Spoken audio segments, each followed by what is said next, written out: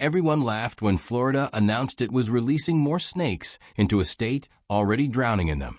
It sounded like a punchline, the kind of story late night hosts couldn't resist.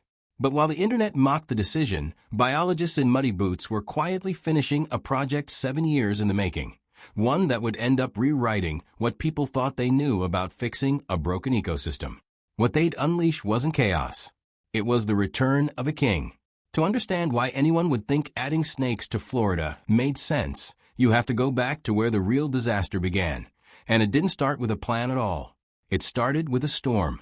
In 1992, Hurricane Andrew tore through South Florida with catastrophic force, flattening entire neighborhoods and, in the process, destroying a reptile breeding facility near Miami.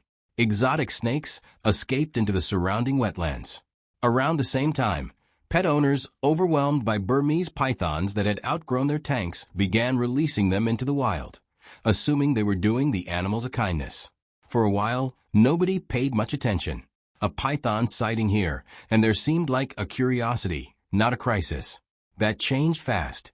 The Everglades turned out to be close to perfect for Burmese pythons.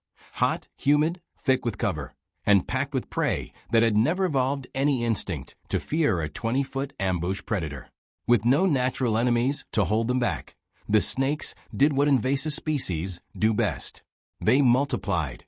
Today, wildlife agencies estimate that anywhere from tens of thousands to as many as several 100,000 pythons move through the swamps of South Florida, and a single female can lay close to 100 eggs in one clutch. The math is brutal, and the Everglades felt it almost immediately. Surveys conducted by the U.S. Geological Survey and partner researchers documented catastrophic declines in the mammals that once defined the region. Raccoon and opossum sightings collapsed by more than 90% in areas with heavy python activity. Bobcat numbers fell sharply, and marsh rabbits and cottontails all but disappeared from some survey routes. Deer, once common along the tree islands, became a rare sight. This wasn't a slow, natural shift. It was a food web getting quietly gutted from the bottom up, and for years the damage outpaced the public's awareness of it. Florida didn't sit still. Wildlife officials opened the swamps to hunters and volunteers through public removal programs. And in 2013, the state launched what became the Florida Python Challenge, an annual competition that turned python hunting into a kind of extreme sport. By 2024, hundreds of participants from across the country were wading into the sawgrass for a shot at cash prizes. And in the most recent competitions, hunters have pulled out several hundred snakes in a matter of days. It made headlines, it made heroes out of ordinary hunters, and it genuinely helped. But it also exposed the scale of the problem. A few hundred snakes captured in a 10-day contest barely registers against a population that may run into six figures. So Florida escalated. The South Florida Water Management District brought on contracted python hunters who worked the swamps year-round, tracking and removing snakes as a full-time job. Researchers experimented with GPS-tagged scout snakes, males released back into the wild wearing radio transmitters, so biologists could follow them straight to breeding females during mating season, since removing a fertile female effectively removes her entire future clutch. Engineers built and tested detection tools, from scent-trained dog teams to strategically placed cameras, hoping technology could do what manpower alone couldn't. And still, since organized removal efforts ramped up, the total number of pythons taken out of the wild has climbed past 20,000. A number that sounds impressive until scientists point out it likely represents only a small fraction of the snakes actually out there. Every python pulled from the swamp seemed to be replaced by several more hatching somewhere else. Researchers began saying openly what many had suspected for years. Complete eradication is almost certainly impossible. The best realistic goal was suppression, not victory. It was in the middle of that grinding, expensive, only partially successful war that a very different kind of headline appeared, and it landed like a joke. Florida, the same state trying desperately to kill its snake problem, was going to release a native species of snake to help fight back. Social media reacted exactly the way you'd expect. People joked about fighting fire with fire or fixing an invasive species problem by introducing more animals, and pointed to infamous ecological blunders elsewhere in the world as cautionary tales. To a public exhausted by python horror stories, the idea sounded absurd on its face. What most people didn't know was that the animal at the center of the plan wasn't some new experiment. It was a return of a species that used to rule this exact landscape long before pythons ever arrived. The eastern indigo snake. The eastern indigo is, by almost any measure, an extraordinary animal. It's the longest native snake in North America, capable of stretching past 8 feet, with scales that shimmer a deep blue-black and a throat often washed in soft rust or coral tones. It's non-venomous and, by snake standards, remarkably calm around humans. But within its own ecosystem, it was an apex predator with almost no equal. Indigo snakes eat an enormous range of prey, including rodents, birds, frogs, and other snakes, venomous or not. They show a strong natural resistance to rattlesnake venom, and unlike most predatory snakes, they don't rely on constriction. An indigo simply overpowers its prey and swallows it, undeterred by fangs, size, or a struggle. Researchers have documented individual indigos that had eaten a venomous pygmy rattlesnake, a young tortoise, and another snake species, all in a single sitting. That kind of predator once ranged across nearly the entire southeastern United States, from Florida up into Georgia, Alabama, and Mississippi. But the 20th century was not kind to it. Logging and agriculture destroyed the longleaf pine forests indigos depended on, and today less than a few % of that historic forest remains. The pet trade drained wild populations further, since indigos were prized as exotic pets. And during rattlesnake roundups, hunters historically pumped gas into gopher tortoise burrows to flush out rattlesnakes, killing any indigo hiding in the same burrow as collateral damage. Indigos rely almost entirely on gopher tortoise burrows for shelter, especially during cold weather. So as tortoise populations declined, indigo populations declined right alongside them. By 1978, the species was listed as federally threatened, and by the later 20th century, it had effectively vanished from North Florida altogether, surviving mainly in scattered pockets further south. That's the piece the internet's jokes missed entirely. This wasn't Florida panicking and throwing a new species at an old problem.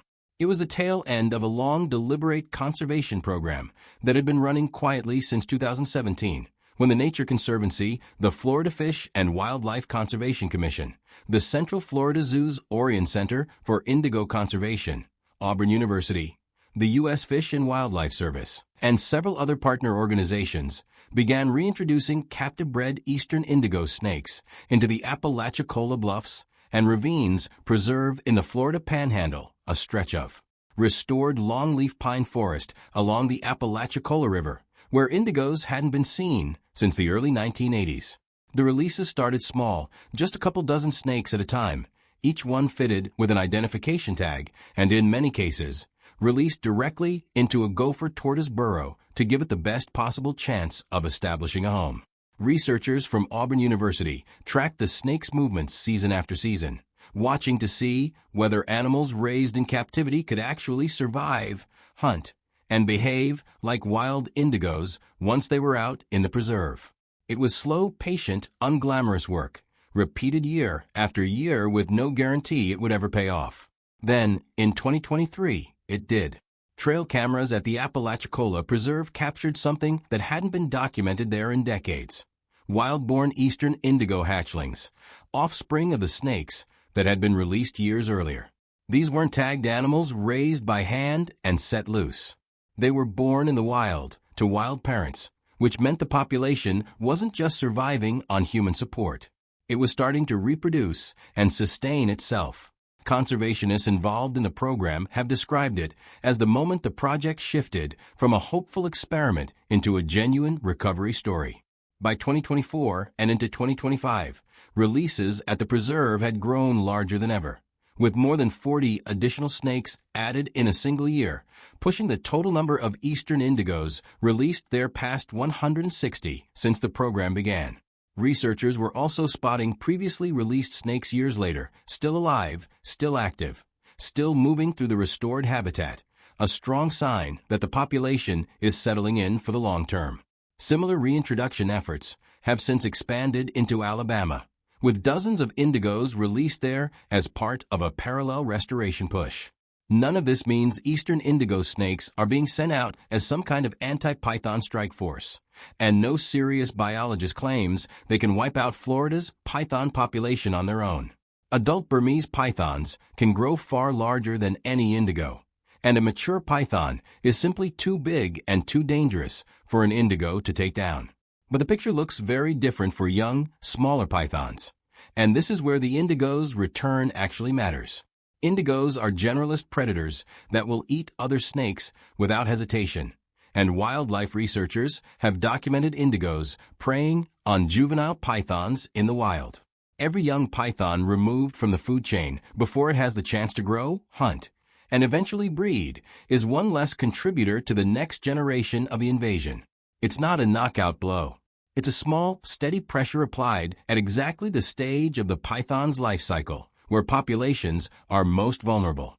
And the indigo isn't the only sign that Florida's native wildlife is starting to push back on its own. In December of 2022, biologists with the Conservancy of Southwest Florida were tracking a python nicknamed Loki, a 13-foot, 52-pound male fitted with a radio transmitter as part of a scout snake breeding study near Naples. Instead of leading researchers to a mate, Loki led them to his own remains. His head had been bitten off and his body left in the brush. A trail camera set up at the site eventually caught the culprit returning to the carcass, a bobcat weighing barely 25 pounds, roughly half the python size. Biologists believe a recent cold snap likely left the python sluggish and unable to defend itself, giving the much smaller bobcat an opening it wouldn't normally have. Researchers called it the first documented case of a native Florida bobcat killing an adult Burmese python, and one biologist involved described it simply as a win for the home team. It doesn't mean bobcats are suddenly hunting pythons as standard prey, and cold-stunned snakes are unusually vulnerable in ways a healthy python wouldn't be. But it's a real data point showing that, occasionally, the balance of power in the Everglades can tip back the other way. There's a strange twist to this story too, one most people never hear about. Even as Florida works to control pythons directly, the invasion has left behind a second, far less visible problem, a lungworm parasite native to Southeast Asia that arrived in Florida hitchhiking inside Burmese pythons. Researchers have documented this parasite spreading into numerous native Florida snake species, moving through the food chain in stages, from python waste into insects, from insects into small lizards and frogs, and eventually into the snakes that eat them. For native species without any evolved resistance, an infection can seriously damage the lungs and, in some snakes, prove fatal. Scientists studying the parasite have noted that even in a hypothetical future where every python vanished, this parasite would likely remain established in the ecosystem on its own. It's a sobering reminder that invasive species don't just bring themselves into a new environment. They can bring passengers, and those passengers can outlast the very animal that carried them in. Taken together, the picture in the Everglades right now isn't a clean victory story, and nobody involved is pretending otherwise. Pythons are still out there in massive, largely uncounted numbers. The lungworm parasite is still spreading. Full eradication is almost certainly off the table for good. But for the first time in a long time, there are real documented signs that the system isn't just absorbing damage passively anymore. A native apex predator that had nearly vanished from the map is not only surviving in the wild again, it's reproducing there. A bobcat a fraction of a python size proved that even Florida's smaller natives can occasionally win. And scientists who spent years quietly restoring longleaf pine habitat and breeding indigo snakes in captivity have shown that patient, unglamorous conservation work can still produce a real result, even when the public's first reaction is to laugh at it. Florida's plan was never really about fighting snakes with snakes for the sake of a punchline. It was about restoring something the state had actively destroyed decades before pythons ever became a problem, and letting an apex predator do a job it was built for long before humans got involved. The mockery came fast, but it came from people who didn't know the backstory. The eastern indigo snake wasn't a wild new gamble. It was Florida finally giving an old debt back to the ecosystem, one gopher tortoise burrow at a time. Whether that debt is enough to meaningfully shift the balance in the Everglades is still an open question, and one that researchers will be watching closely for years to come. But for now, the snake everyone laughed at is quietly doing exactly what it was always built to do.